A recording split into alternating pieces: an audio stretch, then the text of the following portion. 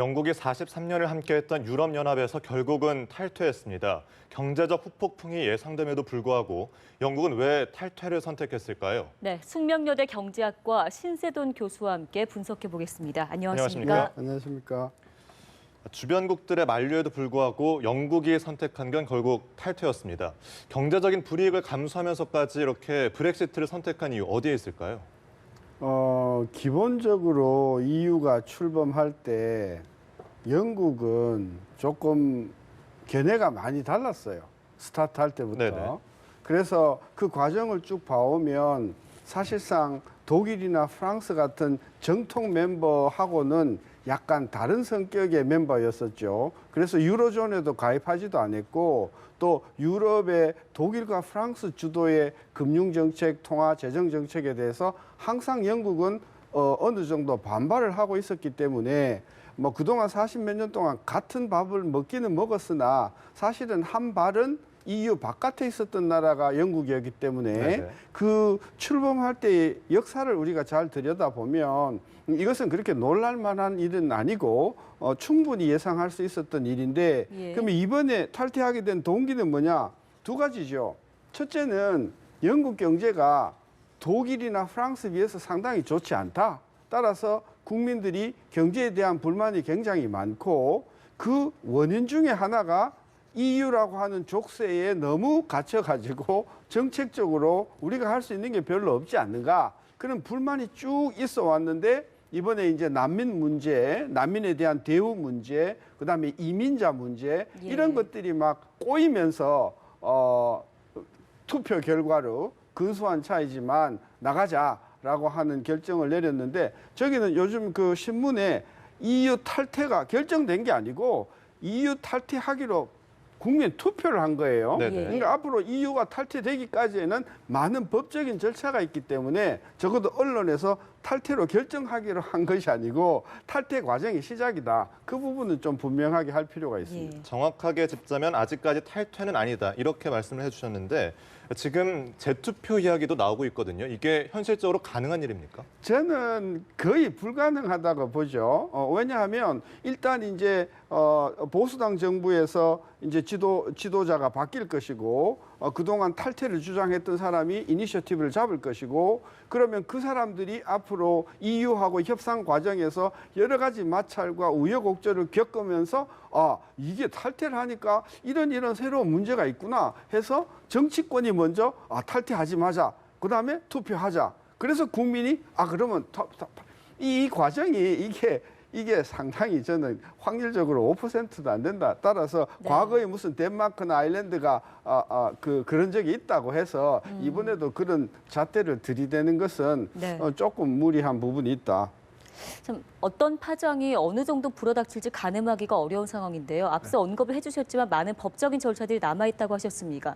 어느 정도의 절차가 남아 있습니까? 일단은 이제 경제 통합이라고 하면 EU가 정한 법을 영국이 내국법으로 인정을 해주는 절차가 그동안 진행이 됐죠. 그러니까 영국 사람이면서도 법은 EU 법에 따랐었는데 이제 탈퇴를 하게 되면 많은 분야에 있어서 EU의 법을 영국이 채택할 거냐 말 거냐 따로 법을 만들 거냐 안 만들지 이 과정이 지금 남아있기 때문에 저는 앞으로 EU 탈퇴하는 과정에서 많은 관련 법, 전체 법의 거의 6분의 1에 관련된 영국의 법을 고쳐야 되는 그런 문제가 남아 있어서 앞으로 상당히 많은 어떤 법적인 혼란이 예상이 되고 그런 과정에서 또 양 그 체제 EU하고 영국하고의 자본 협정, 그다음에 노동력의 이동 문제, 투자 문제 뭐 여러 가지 문제가 아직도 해결될 것이 많기 때문에 네. 섣불리 우리가 EU 탈퇴가 결정되었다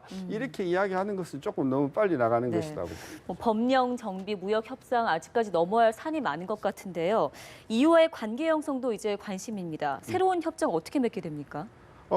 새로운 협정이라는 게 이제 일단은 EU의 그 여러 가지 규정, 그 규정을 영국이 일단은 포기를 할 거냐 말 거냐 예. 이제 그런 부분에 있어서 밀고 당기가 EU에서는 될 수 있으면 EU의 협정을 영국이 국내법으로 존중해 주기를 바랄 것이고 영국은 그동안 이거 너무 족쇄니까 우리는 독자적으로 가겠다 이런 과정에서 굉장히 밀고 당기고 하는 그런 절차가 오래 지속이 될 거기 때문에 길게는 아마 7년 정도까지는 가야만 뭐 네. 탈퇴를 해도 완전한 탈퇴가 되지 않겠는가. 따라서 EU 탈퇴 문제는 이제 막 시작한 문제고 앞으로 이 진행 가능되는 과정에서 많은 새로운 변수 또는 난관에 부딪힐 가능성이 많다고 보는 거죠. 네.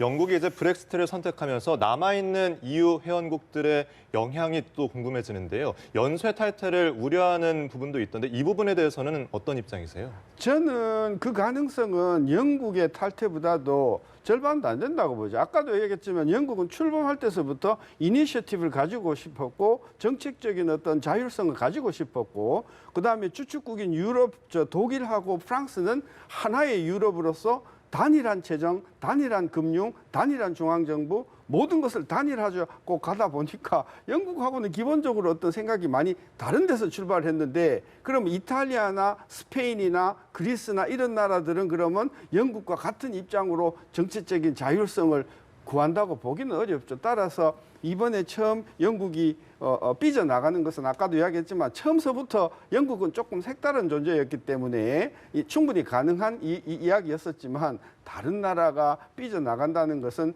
별로 가능성이 없을 뿐만이 아니라 삐져나간다 하더라도 EU 전체로 보면 별로 중요하지 않은 나라이기 때문에 저는 그것이 실질적으로 큰 영향을 미치지는 않을 것이다.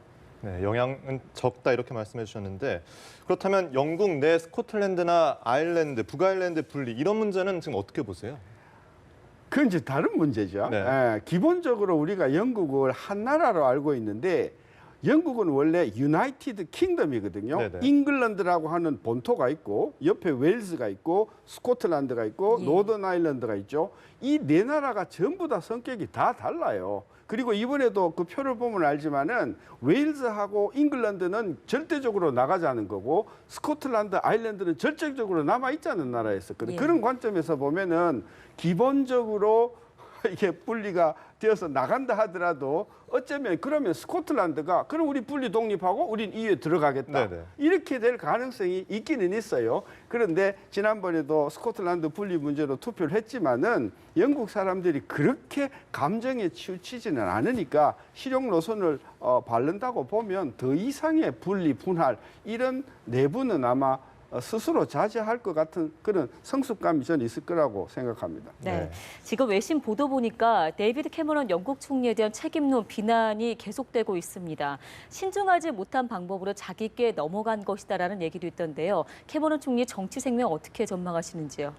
일단은 캐머런이 한 2년 전에 투표에 붙이겠다고 한 것은 굉장히 경솔했죠. 예. 경솔한 것은 뭐냐면 영국 경제가 계속해서 좋을 것이다. 그리고 압도적인 영국 국민들이 보수당 특히 캐머런 정부를 지지해 줄 것이다. 재선에도 성공했다. 이렇게 생각을 하고 레퍼런덤에 붙여도 분명히 잔류 지지 쪽으로 생각을 했는데 이번에 4% 이렇게 나왔으니까 저는 상당히 큰 데미지를 입은 것은 확실한데 저 나이에 정치적인 생명이 죽었다고 이야기하기는 과거 영국의 그 수상의 경력을 보면 2번, 3번, 4번 된 수상들도 있거든요. 예. 저는 그런 관점에서 캐머런이 다시 재기할 수 있느냐 없느냐는 앞으로 영국 경제가 어떻게 전개되고 또 캐머런 수상이 얼마만큼 성숙해지느냐에 따라서 얼마든지 저는 재기 가능성이 있는 분이다. 저는 그렇게 생각합니다. 그렇다면 이번에 영국의 브렉시트로 인해서 영국 경제에 미칠 영향은 어떻게 분석하세요? 두 가지인데요. 많은 분들이 실물 경제, 즉 영국의 경제 성장률이나 영국의 교역이나 이런 부분에서 걱정하는데 저는 그 부분은 오히려 크게 영향을 받지 않을 것이다. 그리고 만약에 파운드가 지금 뭐 상당히 10% 가까이 절하가 되었는데 만약에 파운드가 10% 이렇게 절하가 된다고 하면 이것은 영국의 수출의 굉장한 경쟁력의 플러스 요인이 될 것이다. 문제는 이 영국이 세계 금융의 유일축이었다가 2차 세계대전 전후로 해서 미국하고 영국이 양대 금융의 축이잖아요. 네. 그러니까 영국은 금융산업을 갖고 먹고 산다고 보면 되는데 이렇게 파운드 가치가 떨어져 버리면 영국 금융시장의 허브로서의 매력이 떨어지니까 많은 자금과 많은 금융기관들이 영국을 떠나려고 할 것이다. 그렇게 되면 영국의 금융산업의 위축과 함께 영국의 핵심 말하자면 첨단 산업인 금융의 손상이 와서 그것이 이제 영국뿐만이 아니라 세계 금융시장의 큰 교란 요인이 되면서 국제 금융시장이 미국, 영국, 유럽 그리고 일본 이 사축 체제에서 그만큼 영국의 위상이 떨어질 가능성이 있고 저는 그것이 이 브렉시트가 가져다 주는 가장 큰 어떤 경제적인 의미다. 앞으로 영국이 금융산업의 중심지로서의 역할을 충분히 하려면은 파운드가 그 중심에 있는데 그 파운드의 그 어떤 그 역할이 얼마만큼 지탱을 해낼 수 있는가가 이게 앞으로 한 6개월 동안 우리가 주목해 봐야 될 포인트다. 그렇게 생각합니다. 예, 끝으로 마지막 질문 드리겠습니다. 가장 중요한 거 아무래도 우리 경제에 미칠 영향에 대한 전망입니다. 한국 수출에 관련해서는 좀 영향이 미미할 것이라는 전망인데 해운 구조업계 이쪽에서는 좀 부정적인 전망이 나오고 있거든요. 교수님 어떤 의견이신지요? 아까도 이야기했지만 이 브렉시트 때문에 세계 실물 경제가 큰 충격을 받는다. 그것은 저는 가능성이 희박하다고 네. 보고요. 두 번째로 영국의 교역이 영향을 받는다. 그것도 저는 영국의 어떤 무역이 4,400억 달러거든요. 우리나라보다 한 20% 무역이 수출이 작은 나라예요. 따라서 수출 차원에서 이번 사태로 인해서 영국이 굉장히 어떤 세계 경제에 영향을 미치는 것은 저는 약한데 저는 우려하는 게 뭐냐면 세계 최대 해운국이 영국이거든요. 그러면 파운드화가 만약에 10% 20% 약세가 되면 이 영국 해운 산업의 경쟁력이 굉장히 강해진다는 것이죠. 그것이 가뜩이나 어려운 조선 산업에 영향을 줄 수 있는 부분이 하나 있고 둘은 이 파운드화가 약세가 됐을 때 영국에 대한 한국의 수출이 크지는 않지만은 그게 타격을 받을 가능성은 있다. 저는 그래 봐서 실물 경제보다는 이것이 우리나라 금융시장에서 얼마만큼 영국계 자금이 빠져나가고 그로 인해서 한국의 환율이 얼마만큼 불안해지고 주식시장이 얼마만큼 불안해지는가 이 부분에 우리 정책 당국이 역점을 둬서 예방하는 그런 노력을 해야만 될 것이다. 네, 알겠습니다.